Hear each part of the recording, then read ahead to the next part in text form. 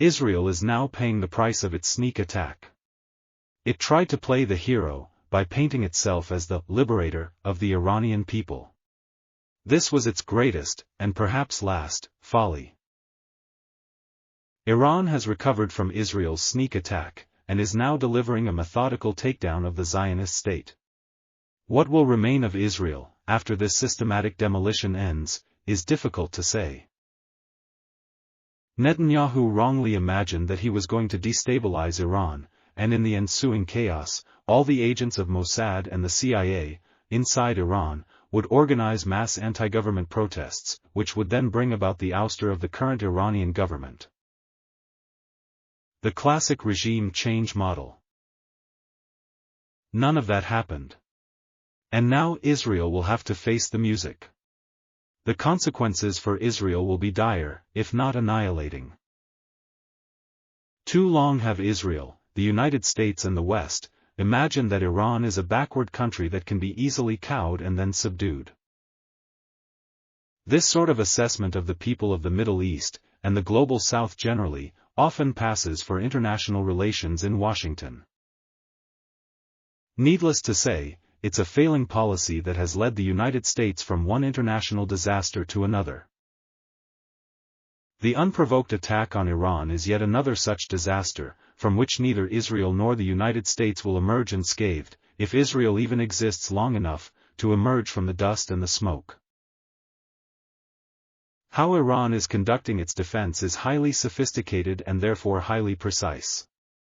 Here is the picture that is now emerging. Iran is a master of asymmetric warfare strategy and self-reliance. Since the 1979 Islamic Revolution, Iran shifted from dependence on foreign arms imports to developing indigenous, cost-effective, mass-produced systems, tailored for asymmetric warfare. This approach prioritizes quantity and operational flexibility over complex, expensive platforms like warships and jet fighters. It is now becoming evident that Iran is succeeding in its psychological war against Israel. First, the anticipation of massive attacks on this Israeli city or that, and then nothing happens. Israeli citizens reduced to living their lives out of bomb shelters, which Iranian missiles can easily penetrate. This creates a panic mindset among ordinary Israelis, with many trying to flee but being unable to, as Netanyahu has clamped down on that. Israelis, most of them dual citizens, are now stuck in hellish reality. A reality that they cheerfully imposed on the people of Gaza. It is becoming clear that Iran is a master of advanced missile and drone programs. Iran is recognized among the world's top nations in missile technology, boasting a vast ballistic and cruise missile arsenal with ranges up to 3,000 kilometers, including precision-guided missiles and hypersonic capabilities. Its drone fleet includes long-range loitering munitions, covering up to 2,500 kilometers, enabling power projection beyond its borders and disruption of aerial dominance by adversaries. The vaunted Israeli Iron Dome is showing that it is full of holes. It is likely that, for now, Iran is simply using its older inventory of arsenal. It is becoming evident that Iran is a master of sophisticated air defense systems. Iran has developed a multi-layered, integrated air defense network featuring domestically produced systems, such as Bavar 373, Rod-2, and the newly introduced Zobeen missile defense system. The Zobeen system exemplifies Iranian innovation with its mobile 360-degree radar coverage, infrared seeker missiles, and ability to track and engage multiple targets simultaneously, rivaling modern global standards. It is becoming clear that Iran is a master of robust electronic warfare and radar networks. Iran's defense infrastructure includes advanced radar networks, fully integrated with missile systems, providing comprehensive coverage of its airspace and enabling effective interception of drones, cruise missiles, and low-flying aircraft. This will become more apparent as this conflict continues, and Iran takes control, so that Israel will always be reacting to Iranian actions.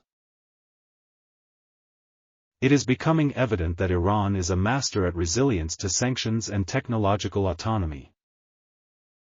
Despite decades of international sanctions and embargoes, aimed at restricting access to advanced military technology, Iran has consistently developed domestic alternatives for critical components, ensuring continuous advancement and operational independence. Plus, Iran has been actively developing and integrating autonomous military systems, particularly focusing on drones and artificial intelligence, to enhance its defense capabilities and strategic posture. Iran has made significant advances in autonomous drone technology. These drones are equipped with AI capabilities to perform reconnaissance, surveillance, and precision strike missions. The IRGC Aerospace Force has emphasized combining missile capabilities, drone operations, and AI technology to create new military possibilities, such as real-time data collection, interpretation, and precision targeting. Iran has likely achieved strategic integration across various platforms, through a centralized command and control system that processes intelligence from numerous sources in real time, which enable intelligent battlefield management. In early 2025, Iran accelerated the deployment of a national network of drone bases, particularly along sensitive border regions. This network supports surveillance, reconnaissance, and automated response capabilities.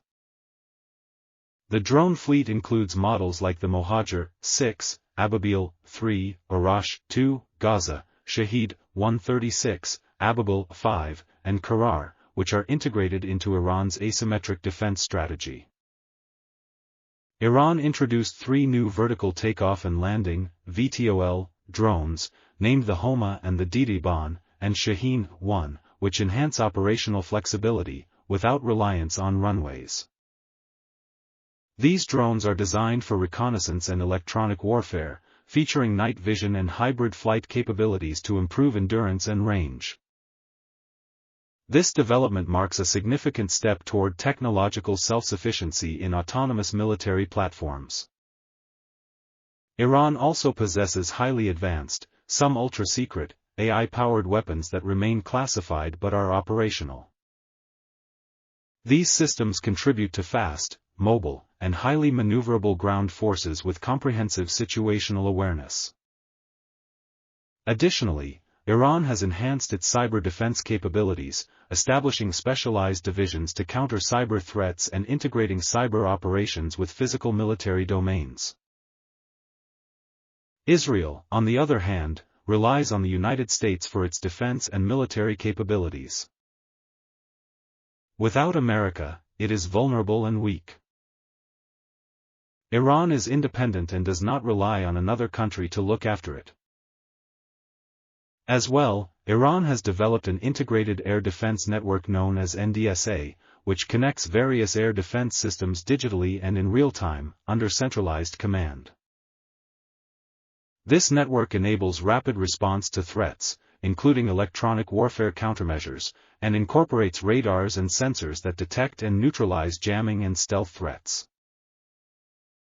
The mobility of these systems allows quick deployment and high concealment, ensuring readiness against diverse aerial threats. All this is to say that the unprovoked war that Israel has started with Iran will not be brief, and it will not be won by Israel, which relies solely on American weapons and logistics. Nor will the United States be able to determine its outcome. Instead, it will be Iran that will determine the outcome, and therefore the fate of Israel itself. President Trump will not be able to save Israel, should Iran choose to destroy it completely. So, why did Trump decide to destroy the negotiations he was having with Iran, and give the green light to Israel to carry out its sneak attack, while he was negotiating? Could it be that he believes in violence as a fundamental component of his touted art of the deal? He never hesitates to use it. If so, both Israel and the United States have set themselves for yet another grand failure.